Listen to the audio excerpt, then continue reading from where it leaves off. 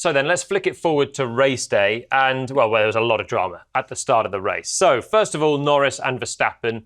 Norris knowing the championship is in his hands at this stage, but Max has nothing to lose and he's alongside. So you could tell he was going to go aggressive at the start, and that's exactly what he does. Chops across to the inside. A sensible approach here from Lando, but in the end, poorly executed. Gets to the inside, but it's such a short run. It's 150 metres from the pole spot to the braking zone for the first corner.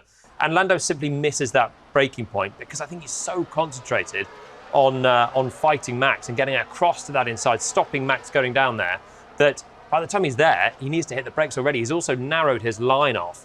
So he just basically lures himself into that mistake because he's so focused on cutting off the Red Bull, understandably, on the inside. It's a great move in the end for George Russell as well to get into second place and put more pressure on Norris for the rest of the race. Let's have a look at it on board with Lando, because this is just facing back towards Verstappen. You can see how tight it was as well for him to cut across the front of the Red Bull. It's really marginal, the space here to Max, who has to back out. But as he backs out, he hits the brakes for the corner. Lando, meanwhile, is desperate to inch across and take the place. But it means that he's simply forgotten to brake at the right point. He's been so hell-bent on getting to that inside line that he runs wide off the track, opens the door, and then there you can see once again the move from Russell, really impressive, running the speed around the outside of turns 3 and 4, and through he goes. On board with Verstappen, and once again, the threat of Max on the inside, enough that Lando's so focused on coming across. It's a bit dirtier as well on the inside line, and there he goes, off the track on the outside. So the mind games, the thoughts going on before the start of the race, on a run like this, cold temperatures, tyres not fired up, dirty on the inside, it's really tricky. And for Norris, the absolute worst man he could possibly wish for on his inside was Verstappen at this point. Max has nothing to lose in the championship. He has to beat Lando to keep any level of pressure on. In fact, that's got a lot more after this race, but we'll get to that later on. Lando knows that if Max has half a chance, he will just send it. It's exactly what happened in Austin last year. And it's exactly what happened in Vegas in year one as well. So this was the start in 2023. You've got Charles Leclerc taking the first pole at this circuit. Max alongside on the inside. Charles cannot come fully across because Max gets a decent launch. But then from here, you know he's going to commit to that corner. And he does. Slithers off the road. Is actually an overtake that he'll get penalised for later in the race. But you give Max half a chance up the inside, and he will go for it. And he had to go for it at the start of the race. So that is why Lando was so focused on coming across. But that same effort to come across meant he missed his braking point and caught himself out. And that really was the race done for him. Once Verstappen hit the front, he is so good at controlling it, and the Red Bull car is in a good window right now. Add in the disqualification, and that pressure is going to be a lot more in the last two races.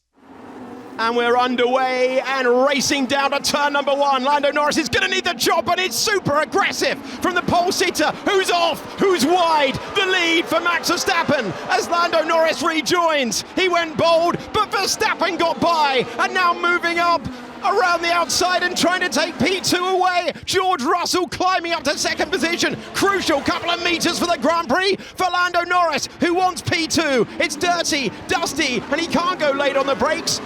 We had a couple more incidents, though, at the start to look through. So quickly, we got Liam Lawson, great qualifying for him. Racing Bulls looking good, 6th place on the grid. There is Oscar Piastri just alongside him ahead.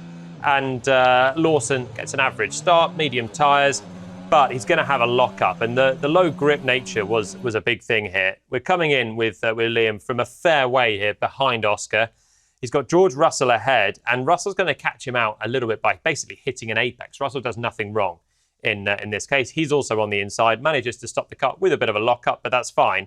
And as we play it through, he's going to make actually an apex. But Lawson has come in so late here that he's not prepared for George slowing the car up as quickly as he does. So he's coming in out of control. He now can't release the brakes and attack towards the apex because he'll just whack into the back of Russell. So he has to just wait, and that's going to mean he just drifts hard into the side of Piastri. Big wheel bang. Lawson gets the damage that's going to rule him out of the race, even if he gets away with it for the first few corners. That's going to eventually break his front wing, and that's him out. Piastri gets away with this one. He's very, very fortunate, although it wouldn't have mattered in the end. But here we go. Leaves a bit of space on the inside and then just gets a whack from Lawson. But it's wheel to wheel, and they're so strong, these wheels. They're heavy, They're colliding fairly well parallel as well. So Oscar turning out from it, sees it coming at the last minute, turning in, and then straightening up, turning out. And that is probably what saves his front left at that moment, the steering wheel position heading that way, which means it's a relatively parallel contact, and he gets away with it. I also think Lawson gets away without a penalty in this case as well. It's his fault. But lap 1, the stewards are often more lenient, and it didn't actually cause Piastri any further harm. He lost position, but that was it. So Lawson getting away with that.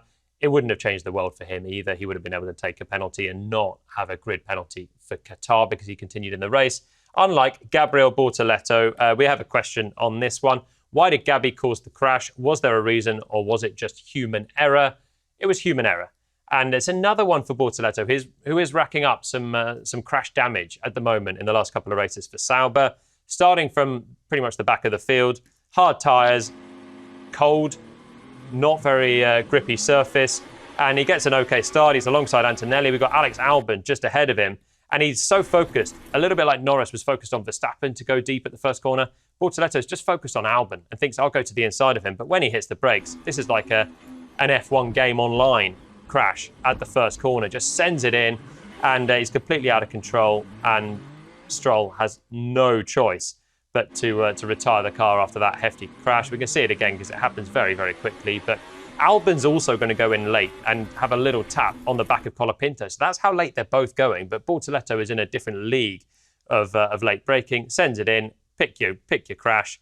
There it is with Lance Stroll, who's minding his own business. Whack.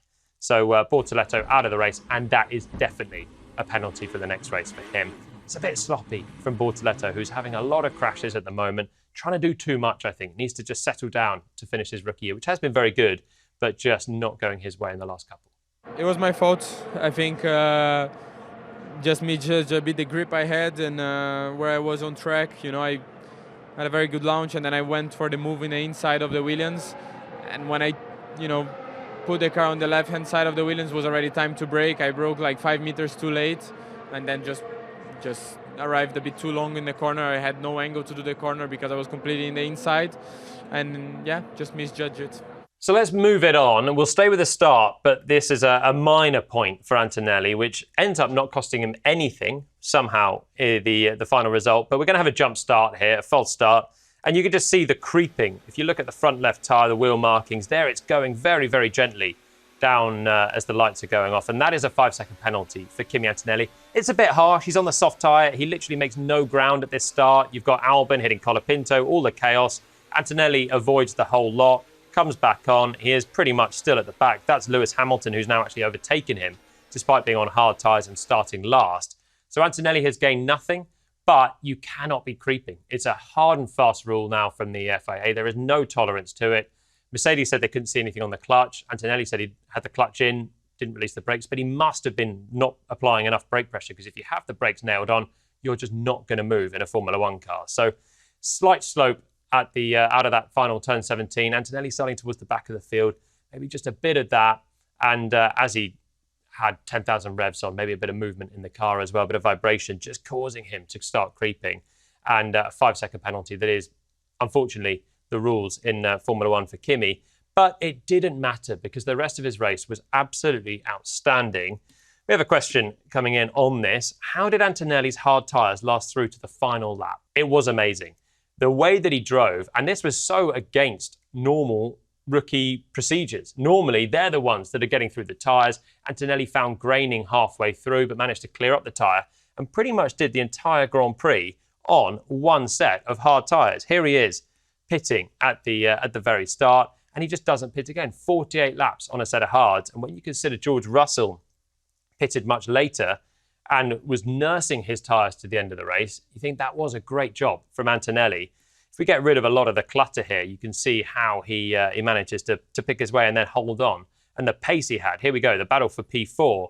And we've got everyone relevant to him towards the end of the race in play. And the pace that Antonelli had at the end was better than all of his rivals behind, to the tune that he managed to drop Leclerc out of that 5-second window on the last lap, and Sainz as well at one point. So when you're driving around in this sort of temperatures, the wear was not big on the hard tyre, obviously. The temperatures are able to stay fairly sensible. So you've just got to be careful not to grain them up. which is what Russell did, pushing too hard too soon. The temperature's not in the right window and you ball up the rubber on the surface. But actually, Kimi, running a very average stint for a long time, pitted under the VSC, joined the back of the pack, and then just gained the track position as everyone else pitted. And then he had tyres left at the end to just keep going.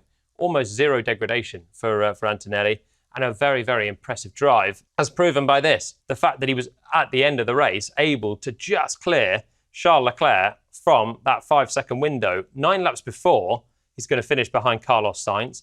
But the pace that he had at the end of the Grand Prix was particularly strong. And again, impressive for a rookie who was quick throughout the weekend, just unlucky with a lockup at the end of Q1 that made him start from the back of the field. This is the telemetry on the last lap now. Leclerc in a time trial with Antonelli. And actually, Charles has been chasing behind Oscar Piastri for so long. He's hurt his tyres a little bit, and he's used a lot of his battery as well. 6-kilometre circuit, lots of long straights. And on the final lap, he's harvesting so much energy because he's just low in the battery pack. So you can see he's flat out in the red line. Doesn't lift off coming into these corners, but he's actually slowing down into them because he's just harvesting energy. Hasn't got any more to deploy. So he's pretty good through the corners. He's quicker than Antonelli in all the corners, but the straight line speed isn't there. Running a little bit more downforce as well. And Kimi's managed to save up some energy in the battery, deploys it all, puts in one great qualifying lap and beats Charles Leclerc by 1/10 of a second. And that in the end is a podium by the time the McLarens get disqualified as well. The strategy was very risky. I was a bit concerned halfway through the race because the graining started to appear. And I wasn't so sure I would have been able to make it to the end. But then, I got the team radio of, that we were moving to plan B. So the plan was to finish with that set. And, I was just trying to manage the best way as possible. And eventually the graining started to clean up. And the time just kept coming and coming. And we were able to keep Oscar and Charles behind.